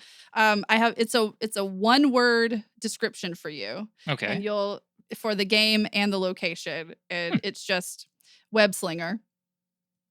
Spider-Man? Yeah. New York? Yeah. Yes. I'm specifically talking about like the Marvel Spider-Man, the Insomniac Well, games. yeah, yes, of course, just of because course. they are the ones. They're the best ones. Yes, and with web slinging mechanics based on the PS2 Spider-Man, yeah. which had the best up until Insomniacs. And so you were so good at this game that so I had basically the first hint for all of them was just going to be like the name of the game, but you got all of those almost right away. But the hint number 2 for all of them was you lived there. You lived there. And then the hint for the last one, which I knew you weren't going to need, was I live there. Amazing. So congratulations, you have won the Thank you. game. That is wonderful. Like I loved the personalized touch of like locations. I will also highly recommend Sid Meier's Pirates for another Caribbean locale game. I mean, Sid Meier, you said you were playing Civ 6 now. Are you like a big Civ fan? Huge fan of Sid Meier and Civ. My favorite is actually Alpha Centauri. Love Alpha Centauri. Oh, cool. Which, by the way, callbacks to the narrative discussion, is probably one of the best integrations of narrative setting and thematic context into a turn-based strategy game on that scale, simply because of like how impressively layered it is into the research trees and the events that change the world that you're trying to colonize. I thought that Sid Meier's Civilization 7 did a great thing at the Video Game Awards because I imagine it'd be pretty hard to make a like world premiere trailer for Civ 7 that is compelling, because it's the watching the gameplay, like when you're playing it, it's very fun because you're really into it, but it's especially if you don't know the game, like it's complicated and top down sort of strategy game. So what they did was instead of having a quote unquote trailer for it, they basically showed some of the gameplay of Civ 7 with a live orchestra. Oh and my so god, they that's such a good idea. Yeah, it was great. And I was just like, now that's clever because I can't imagine trying to make, because I mean, you've got trailers for the new Witcher game and Borderlands 4 and all this type of stuff. And then you have Civ 7, which a lot of people are going to be very excited about because they're Civ fans. I'm one of them. But how do you make that on the level of like the Borderlands? Well, I shouldn't say Borderlands 4 because I actually hated their trailer, but I love the Witcher trailer. The Witcher 4 trailer was excellent. It was very good. So yeah, good for them. Fun fact on Civ and places I've lived. In Civilization 4, the menu music is famously amazing. It's Baba Yetu, which I think even won an award. And in Dubai, at the Burj Khalifa, that extremely tall skyscraper, they have a fountain there, and it does water shows. And one of the tracks that they play for the water show is Baba Yetu from Civilization 4. Oh, that's really cool. Yeah. Gosh, Burj Khalifa of like Tom Cruise climbing up to the Yep, that's top the one. fame, Yep. right? Isn't it? Is that the tallest in the world? Is I it still think the it still tallest in the is. world? It looks absurdly tall. It looked like I lived in Abu Dhabi, but would drive into Dubai, which is it's not very far to drive at all. It's like I think the distance between like Tampa and Orlando, and it's like a special effect. It doesn't look real when you first see it from a distance. Wow. It's Is so there? freaking tall. Are there cloudy days in Dubai? Yes, they are very rare, but there are cloudy days. What's really fascinating, and this happened a few times while I lived there, is the foggy days where everything is covered in mist, and so all you see outside is like skyscrapers poking through a sea of clouds. Wow. Well, I was thinking like if it's cloudy, if you're at the top of Burj Khalifa and looking down and all you see is clouds, like you don't see anything. It's just that would freak me out.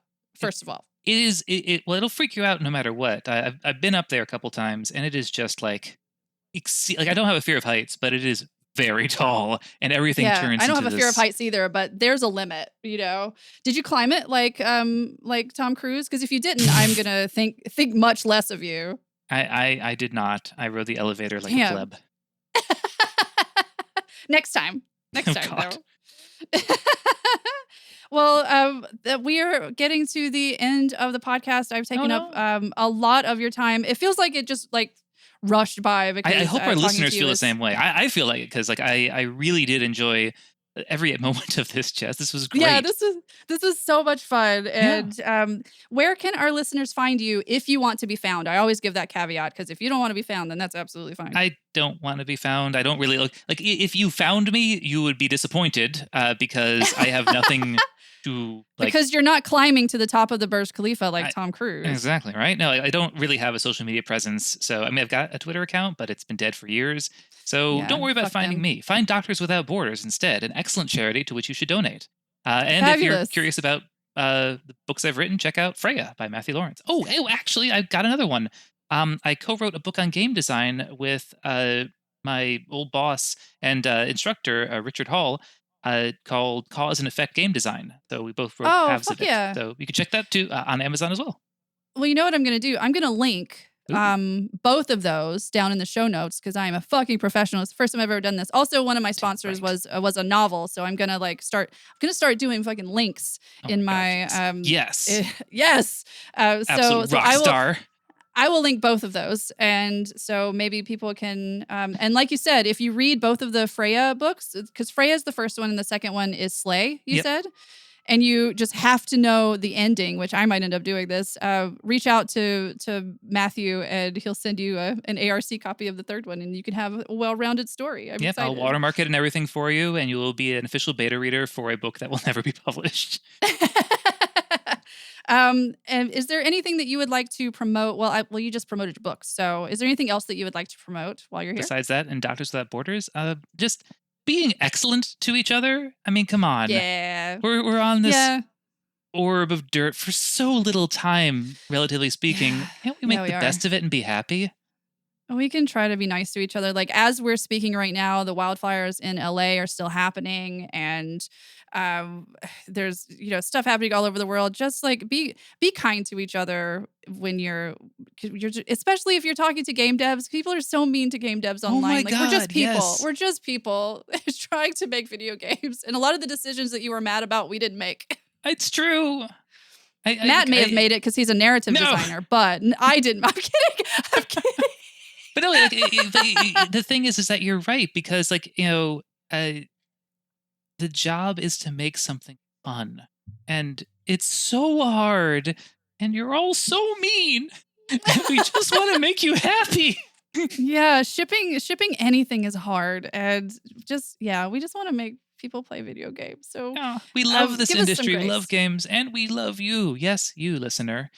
Yes, all the listeners, we do love them. I call them stupid little gamers, but affectionately. Yes. Well, you can follow me. I do have a social media presence. I'm at Blue Sky at Cake Tease, that's CAKETEASE.BSKY.social. I'm on Instagram as cake_tease. I promote the podcast on Instagram. I also have a lot of photos of my cat. So if you want to see Sir Digby Chicken Caesar, he is on there. I no longer have a Twitter presence. I deleted my Twitter because fuck Twitter, fuck Elon Musk, fuck all of those fascist assholes. So thank you so much for listening to Stupid Little Games. Please follow or subscribe on Apple, Spotify, or wherever you get your podcasts. If you liked it, please consider giving us a review. It really helps us out, and it's $0 to give us a review on either Apple or Spotify, and it really helps get us in the middle of people's eyeballs, which we need more people, and eyeballs and earballs. We need more of that for our listeners. So thank you very much. This podcast is hosted, written, and executive produced by me. I'm Jess Pardew. Our logo and theme music are by the multi-talented Bayard Russell. Our final editing and audio engineering are by Gabe Koski. He's a man with delusions of adequacy. Amazing. Also, I'm sorry to correct you, Jess, but don't you mean fuck those oppressive regime assholes? Fuck those oppressive regimes. Oh my goodness. Because we apparently on Wikipedia cannot say the word Nazis. So fuck Nazis, fuck the oppressive regimes, fuck Twitter. Oh my God, fuck Nazis. Why are we still dealing with Nazis? I don't know. Jeez. Because Democrats aren't mean enough. I know. Yeah. Okay.